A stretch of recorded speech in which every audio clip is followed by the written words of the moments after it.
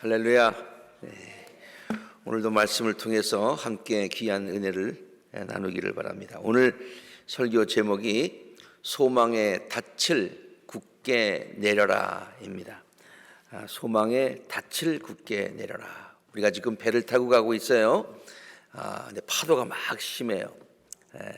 그래서 우리의 닻을 깊게 내리지 않으면 우리 배가 이제 물결에 떠내려가요. 그래서 우리가 그 닻을 깊게 내리자라는 그런 설교 제목이 되겠습니다. 우리말에 닻이라는 말과 그 돛이라는 말이 너무 비슷해서요. 저는 지금도 가끔 가다가 돛 이렇게 혼돈이 될 때가 많습니다. 아시겠지만은 돛은 배 위에 높이 올려서 바람의 힘을 받아서 배를 앞으로 가게 하는 것이 돛입니다. 그래서 돛은 바람을 잘 받게 하기 위해서 배 위에 높이 올린다. 그래서 돛을 올려라 라는 말을 쓰지요. 그런데 닻이라고 하는 것은 배가 정박한 그곳에 잘 머물러 있게 하기 위해서 배가 이렇게 물결에 흘러나가지 않게 하기 위해서 줄을 메어서 물 밑바닥에 가라앉히는 갈고리가 달린 그런 제구가 되는 것이죠. 영어로는 앵커라고 합니다. 영어로 하는 것이 더 쉽게 우리가 이해가 되죠. 그래서 닻은 정박한 배가 움직이지 않게 하기 위해서 물 아래로 깊게 내리는 것입니다. 그러니까 닻은 내리는 것이고 돛은 올리는 것이고 그렇죠.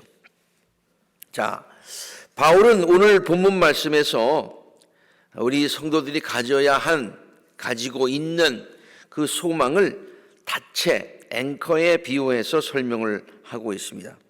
이 소망이라고 하는 그 앵커를 우리들의 삶의 바다에 그 깊숙이 들이우면 그 바다가 파도가 치는데 거기 깊숙이 들이우면 우리들의 믿음의 배, 우리들의 삶의 배가 절대로 흔들리지 않는다.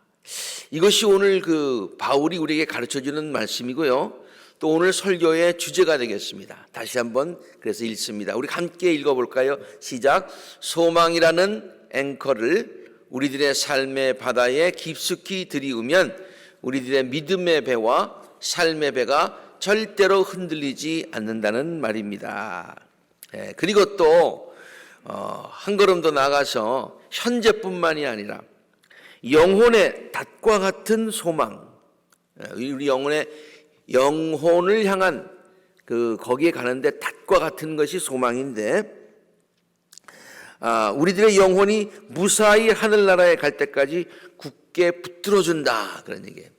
세상의 풍조에 이렇게 흔들려서 딴 데로 가지 않고 우리로 하여금 끝까지 영혼까지 갈 수 있게 흔들리지 않고 갈 수 있게 해주는 것이 닻이다. 그래서 오늘 본문 19절에 이런 말씀이 있죠. 우리에게는 이 소망이 있으니 우리가 이 소망의 앵커를 닻을 굳게 탁 들이고 있기 때문에 시험과 유혹과 또 세상의 물결에 흔들리지 않고 안전하고 확실한 영혼의 덫과 같아서 휘장 안에 들어가게 해줍니다. 우리를 영원의 휘장 안에 들어가게 해주세요. 그 휘장 안에는 이미 그리스도께서 들어가 계신데 우리도 거기에 들어갈 수 있도록 도와주는 것이 바로 앵커다, 소망이다라는 것이죠. 신약에 있는 이 바울뿐만이 아니라 구약의 다윗도 시편 62편에서 같은 고백을 하고 있지요. 자신의 삶이 크게 요동치 않는 이유가 어디 있느냐? 하나님께만 소망을 두었기 때문이다. 내 삶이 크게 동요치 않는 이유가 뭐냐? 내가 하나님께 소망을 걸었기 때문이고 그 소망의 닻을 내가 굳게 내렸기 때문이다. 아주 유명한 말씀입니다. 시편 62편의 말씀인데요. 나의 영혼이 잠잠히 하나님만 바라미며 나의 구원이 그에게서 난다. 나는 이것을 확실하게 안다. 오직 저만이 나의 반석이시요 나의 구원이시요 나의 산성이시니 내가 크게 요동치 아니하리로다. 산성이시고 반성이신 거기에 꽉 나의 소망의 앵커를 닻을 거기에 탁 들이우니까 내가 나의 삶이 요동치 않는다. 모든 많은 사람들의 삶이 다 그렇습니다만 특별히 다윗의 삶이라고 하는 것은 정말로 요동치는 삶을, 주위에 있는 물결이 다윗을 넘어뜨리려고 하고 그다음에 쓰러뜨리려고 하고 참 어려운 일들이 얼마나 많이 있었습니까? 그러나 그의 삶이 흔들리지 않았던 것은 하나님께 소망의 닻을 꽉 두었기 때문이다. 그렇게 다윗도 고백하고 있습니다. 우리가 풍요로운 삶을 살 수 있는 비결이 어디에 있을까요? 어려운 환경 속에서도 좌절하지 않으며 실망하지 않는 비결이 어디에 있을까요? 시련이 닥쳐와도 어려움이 닥쳐와도 절망하지 않는 비결이 어디에 있을까요? 세상의 여러 가지 일들이 우리들의 삶을 마구 흔들어도 우리들의 믿음이 흔들리지 않을 수 있는 비결이 어디에 있을까요? 어떠한 환경 속에서도 풍성한 마음을 가지고 이 세상을 살아갈 수 있는 비결이 어디에 있을까요? 눈에 보이는, 피부에 느껴지는 그런 것들에 의해서 좌지우지하지 않을 수 있는 비결이 어디에 있을까요? 그것은 바로 소망을 잃지 않고 소망 중에 거하는 것, 하나님께 우리들의 소망의 앵커를 들이우는 것이라고 성경은 우리에게 가르쳐주고 있는 거예요. 그러면 이 바울처럼 다윗처럼 어려운 일이 있어도 우리들의 삶의 배가, 믿음의 배가 흔들리지 않고 이 세상을 넉넉하게 승리하며 살아갈 수 있고 마지막에 그리스도께서 들어가신 그 휘장까지, 영원한까지 우리가 들어갈 수 있게 된다. 그것은 무엇 때문에? 우리가 가진 소망 때문에. 1967년의 일입니다. 오래전이죠. 충남 청량군 사양면 구봉광산에서 매몰 사고가 발생해서 광부 한 명이 갱도에 갇힌 사건, 여러분 아마 기억하시는 분들이 많으실 것 같아요. 이 자리에 계신 분들은. 그 광부는요 16일 만에 기적적으로 구조가 되지요. 그의 이름이 맨 처음에 신문에 나올 때는 김창선 씨였고 나중에 그가 소원이 뭐냐 그러니까 내가 본래 성이 양씨인데 양씨로 바꿔달라 뭐 그래가지고 많은 사람들에게 양창선 씨로 우리가 기억이 되고 있습니다. 제가 그 당시 중학생이었는데요. 이 사건이 하도 온 나라를 떠들썩하게 했기에 지금도 생생하게 그의 이름을 기억하고 있습니다. 저희 아버님이 그 심호하시던 교회에서는 새벽 기도 때 그 사람을 위해서 기도도 하고 막 그랬었던 것 같아요. 그래서 김창선 씨가 드디어 구출이 됐다. 뭐 그런 그 기사가 나죠. 온 나라가 관심을 가졌죠. 사고가 난 것은 그해 8월 22일 오전 8시였죠. 구봉광산 배수부에서 막장에 물을 퍼내는 그런 일을 했던 것은 지하 125m, 그것은 위로 따지면 건물 50층의 높이라고 그럽니다. 그 깊이에 들어가서 일을 하다가 꼼짝없이 거기에 갇히게 되었어요. 막장 안을 받치고 있는 갱목이 너무 오래되어서 썩어서 무너져 내렸기 때문이라고 합니다.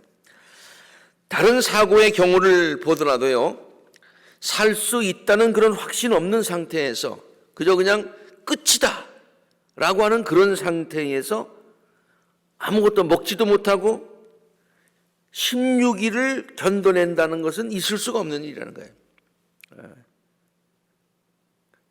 소망이 없는 상태에서 그냥 16일 동안 끝이다. 그러면 16일 전에 다 죽는다는 거예요. 그런데 그가 16일 그 어두운 지하 갱 속에서 버틸 수가 있었지요.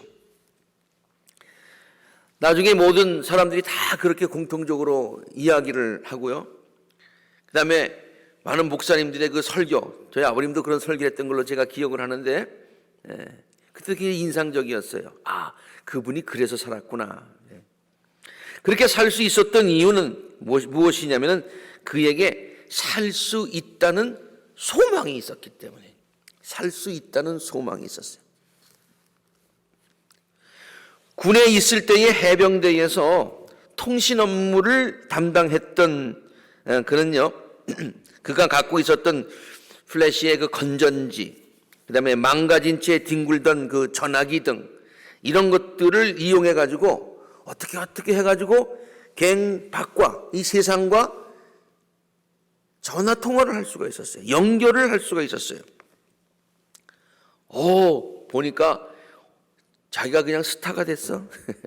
모든 국민들이 다 자기를 위해서 기도해주고 성원해주고 응원해주고, 심지어 미군의 장비까지 막 동원됐다고 하는 이야기, 이제 곧 들어갈 거야. 뭐 이렇게 얘기하니까 그 마음 가운데 소망이 생겼어요.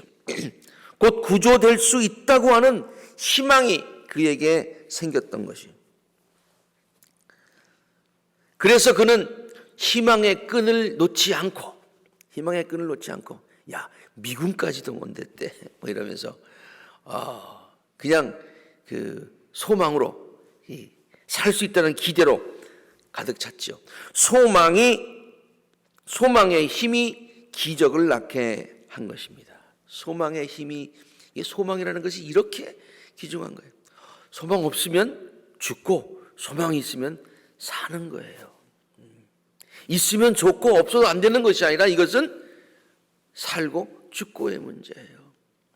믿음의 배가 빠지느냐 아니면 끝까지 가느냐, 우리의 삶의 배가 끝까지 승리하느냐 아니면 우리의 삶의 배가 파산되느냐, 이 문제가 소망에 있다. 굉장히 중요한. 성경은 우리 성도들에게 필요한 것이 세 가지가 있다고 바울은 우리에게 가르쳐주고 있어요. 바울이 잘 요약한 것이죠. 그것이 바로 믿음, 소망, 사랑이에요. 고린도전서 13장 13절에 그런즉 믿음과 소망과 사랑, 이 세 가지는 항상 있을 것인데, 이게 굉장히 중요하다는 얘기예요. 근데 바울이 고린도 교회에 사랑을 아주 강조하여 가르치다 보니까 그 중에 제일은 사랑이라고 그렇게 말을 하죠.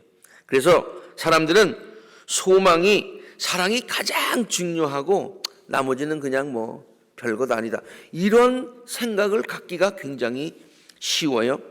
그러나 사실 가만히 생각해 보면은 소망이라고 하는 것은 성경 전체에 흐르고 있는 중요한 주제임을 알아야 돼요. 성경 전체를 꿰뚫고 있는 주제가 소망이에요. 조금 아까도 얘기했듯이 이것은 있어도 되고 없어도 되는 것이 아니라 반드시 있어야 하는 거예요. 우리 영혼이 죽느냐 사느냐, 우리의 삶이 실패하느냐 성공하느냐, 거기에 달린 거예요. 구약의 가장 큰 주제가 무엇입니까? 메시아에 대한 간절한 소망 아닙니까? 구약 전체가. 그리고 신약이 무엇입니까? 신약은 그 소망이 예수 그리스도께서 오심으로 성취되고 있다는 것을 증거하는 것이 신약 성경이죠. 동시에 다시 오실 재림 예수를 소망 중에 우리들이 기다려야 한다는 것을 가르치는 것이 성경이에요. 구약도 오실 메시아에 대한 소망, 그 소망의 약속의 성취, 그리고 앞으로 오실 재림하실 예수님에 대한, 그리스도에 대한 소망으로 가득 차 있다. 처음부터 끝까지. 신약 성경의 마지막 책인 요한계시록이 어떻게 끝나나요?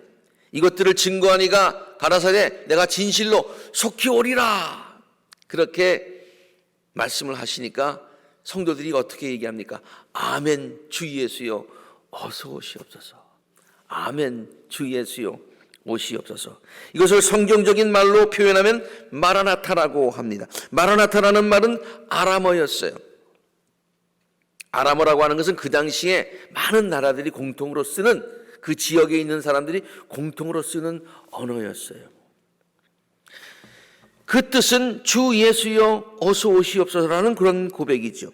이것은 초대교회 성도들이 예배를 드릴 때마다 고백한 신앙이기도 합니다. 저는 그 예배학을 이렇게 예배의 많은 자료들을 그 논문을 쓰면서 이렇게 찾아봤어요. 옛날 자료들을 그 예배 형식들을 쭉 찾아보니까 그때마다 마라나타라는 말이 꼭 나와요. 주 예수여 어서 오시옵소서. 어서 오시옵소서. 우리는 지금 강림절을 지내고 있습니다. 오늘이 강림절 두 번째 주일을 지키고 있죠.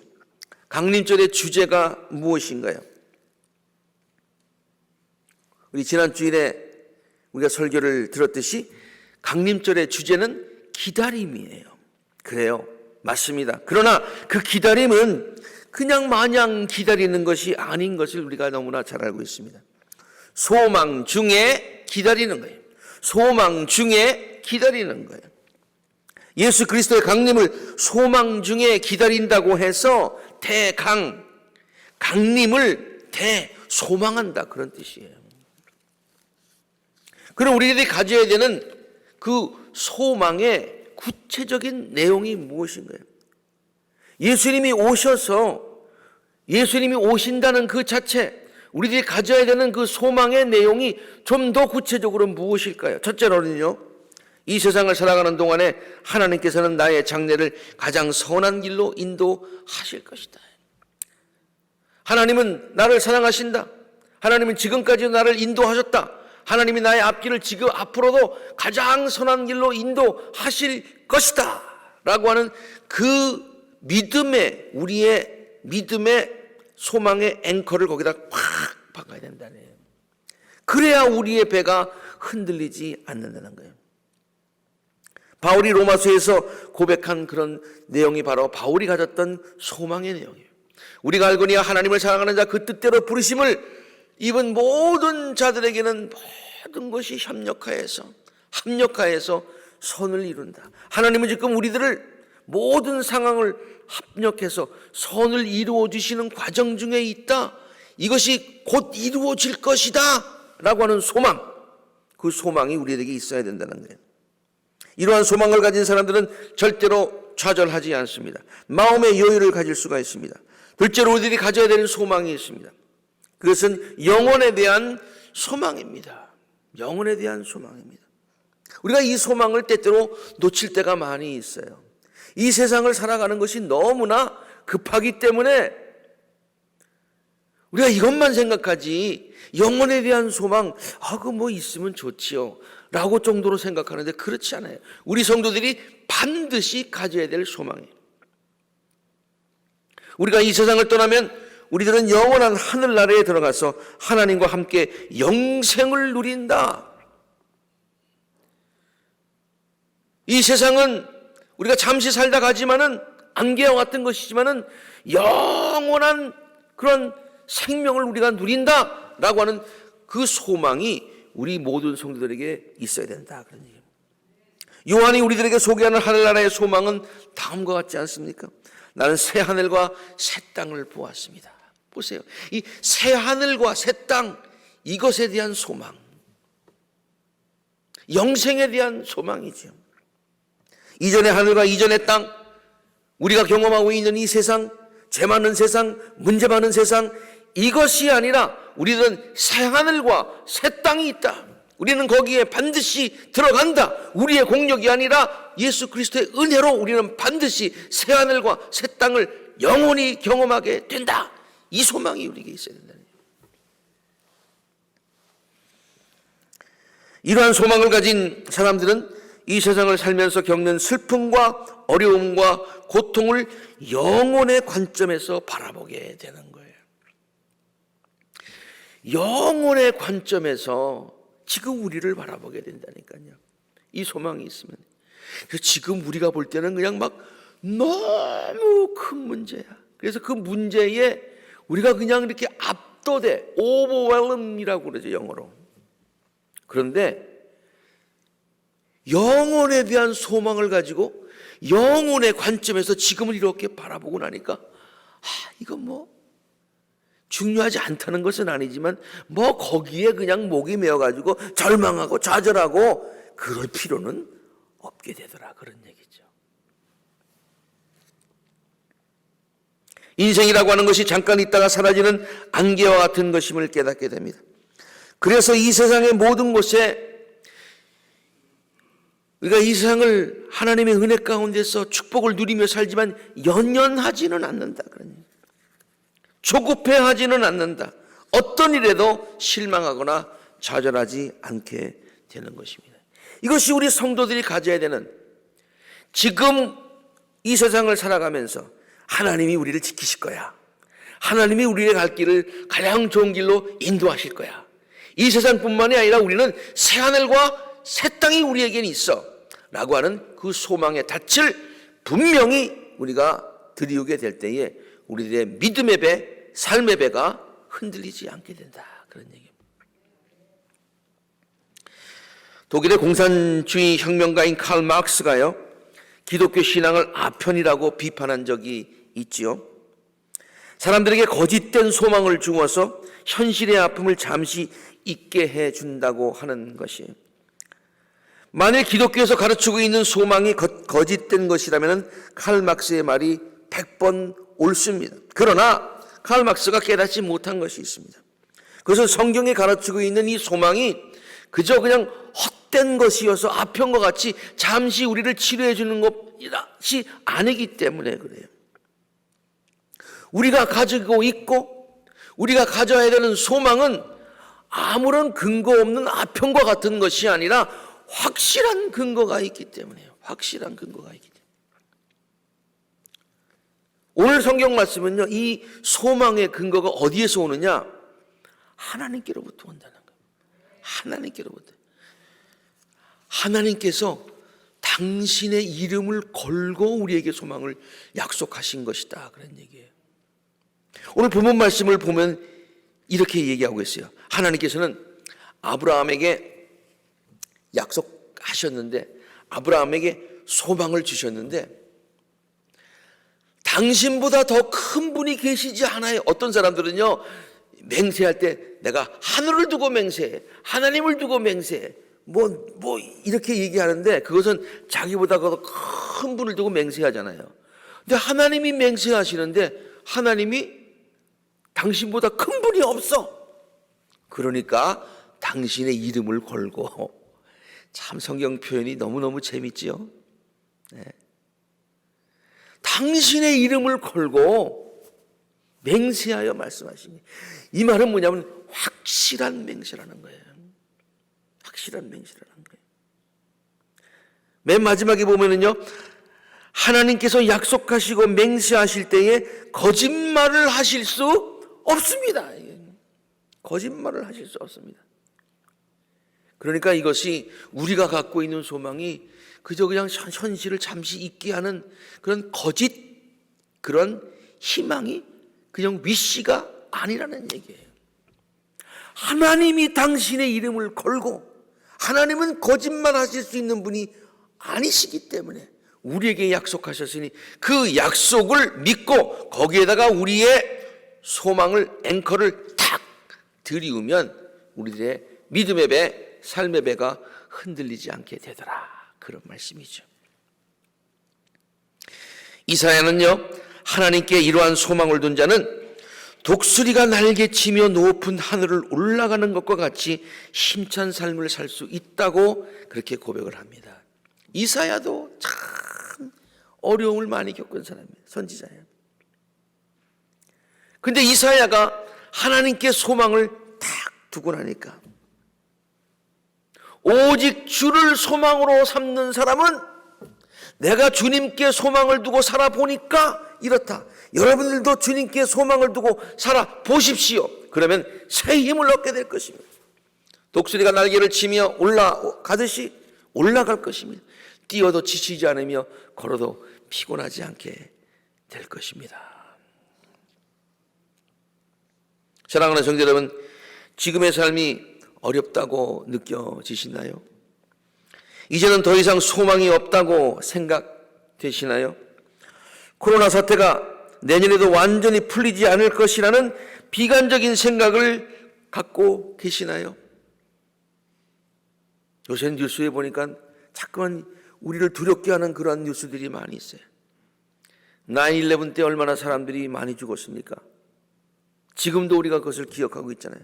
근데 미국이 지금 매일매일 9/11 때 죽었던 그 많은 숫자의 사람들이 죽어가고 있다는 거예요. 참 겁나지 않습니까? 사람들은 지금도 경기가 좋지 않은데 내년도에는 더 나빠질 것이라고 말하면서 벌써부터 두려워하고 절망합니다. 그러나 절대로 마음을 졸이시지 마시기를 바랍니다. 소망을 잃지 않게 되기를 바랍니다. 우리들의 삶을 독수리처럼 높게 날게 해주신다고 약속하신 하나님의 말씀을 믿고서, 회복시켜 주신다는 하나님의 말씀을 믿고서, 모든 것을 합하여서 선을 이루어 주신다는 하나님의 말씀을 믿고서, 그리고 영혼의 관점에서 지금을 바라보는 소망을 가지고 용기를 잃지 마시고 나가실 수 있는 우리 모두가 되었으면 좋겠습니다. 앞으로 모든 일이 잘 풀릴 것입니다. 라고 하는 제목의 시를 쓴 분이 있어요. 정영철 씨인데요. 정말 너무 좋아요. 그래서 읽어봤고, 언젠가도 내가 오래전에 여러분에게 한 번은 소개해드린 적이 있는 것 같은데, 제가 이제 다시 이 설교를 준비하면서 이거를 보니까 마음에 더 와닿더라고요. 그래서 한 번 더 인용하기를 원합니다. 지금 나에게 실망을 주는 일로 인하여서 앞으로는 모든 일이 잘 풀릴 것입니다. 지금 실망을 주는 일 때문에, 이것을 겪었기 때문에 모든 일이 잘 풀리게 될 것이라는 거예요. 오늘의 실패가 있기에 내일에 대한 열정을 품고 열심히 살아갈 수 있으니까요. 지금 나에게 고통을 주는 이 일로 인하여서 앞으로 모든 일들이 잘 풀리게 될 것입니다. 지금 힘겨운 고통을 이겨내고 있으니 앞으로 나에게 작은 평화가 찾아오면 그것을 큰 기쁨으로 삼고 감사의 생활을 할 수 있을 테니까요. 우리 아까 송 권사님이 기도하실 때에 평상에 대한 감사를 말씀하셨어요. 그렇죠? 옛날에는 그게 굉장히 귀중한 것인지 몰랐어요. 그런데 어려움을 겪고 나니까 그것에 대해서 그런 나에게 작은 평화가 찾아오면 그것이 나에게 얼마나 귀한 것이고 축복인 것을 더 깨달을 수 있게 되기 때문이다. 지금 내가 당하는 손해로 인하여서 앞으로 모든 일들이 더 잘 풀리게 될 것입니다. 지금의 작은 손해가 다음에 있을 수 있는 큰 손실을 막아줄 테니까요. 지금 나를 외롭게 하는 이 일로 인하여서 앞으로는 모든 일이 잘 풀리게 될 것입니다. 지금은 굉장히 외로운데 앞으로는 이 일들이 나에게 좋은 경험이 될 것이다. 지금 느끼는 이 외로움 때문에 앞으로는 더욱 사람을 귀히 여기면서 가깝게 다가갈 수 있기 때문이지요. 옛날에는 남편과 아내가 그렇게 소중한 줄 몰랐는데 이번에 코로나 사태를 지내면서 많은 사람들과 소셜 디스턴싱을 하면서 지내니까 가까운 사람이 얼마나 귀한 것을 느끼게 되는 것과 마찬가지 그런 뜻이에요. 지금 나에게 슬픈 일을 주는 이 일로 인하여서 앞으로 모든 일이 다 잘 풀릴 것입니다. 나는 이제부터 다른 사람의 눈물을 받아주는 촉촉한 사람이 될 테니까요. 옛날에는 그런 걸 몰랐어. 근데 내가 지금 외로움을 겪어보니까 나중에는 외로운 사람들을 위로할 수 있는 사람이 되게 된다. 그런 소망이 있는가. 겨울이 지나면 봄이 더 아름답습니다. 오늘의 시련이 있기에 내 앞날은 더욱더 빛날 것입니다. 이 어려운 가운데 겨울을 지나면서 이런 소망을 갖자 그런 얘기예요. 오늘의 시련은 나를 더욱더 성숙시켜 앞으로 있을 많은 날들이 잘 풀리게 될 것입니다 라는 소망을 우리에게 노래해주고 있습니다.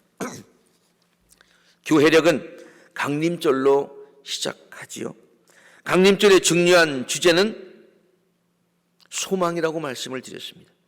교회력이 소망이라는 주제로 시작하는 것은 매우 의미가 있다고 생각하지 않으십니까? 우리 성도들이 문제 많고 복잡한 이 세상을 살면서 가져야 하는 또 가지고 있는 것이 바로 소망이기 때문입니다. 복된 강림절을 지내면서 우리들에게 이러한 확실한 소망이 있게 되기를 바랍니다. 그리고 이러한 소망을 가지고 풍요로운 삶을 누리시고 우리의 믿음의 배가 흔들리지 않으며 삶의 배가 흔들리지 않으며 하나님의 은혜 가운데 늘 승리하시는 복된 삶을 살아가시는 우리 아굴라자단의 모든 성도님들이 되시기를 소망의 근원이 되시는 예수 그리스도 이름으로 간절히 축원합니다. 함께 기도하시겠습니다.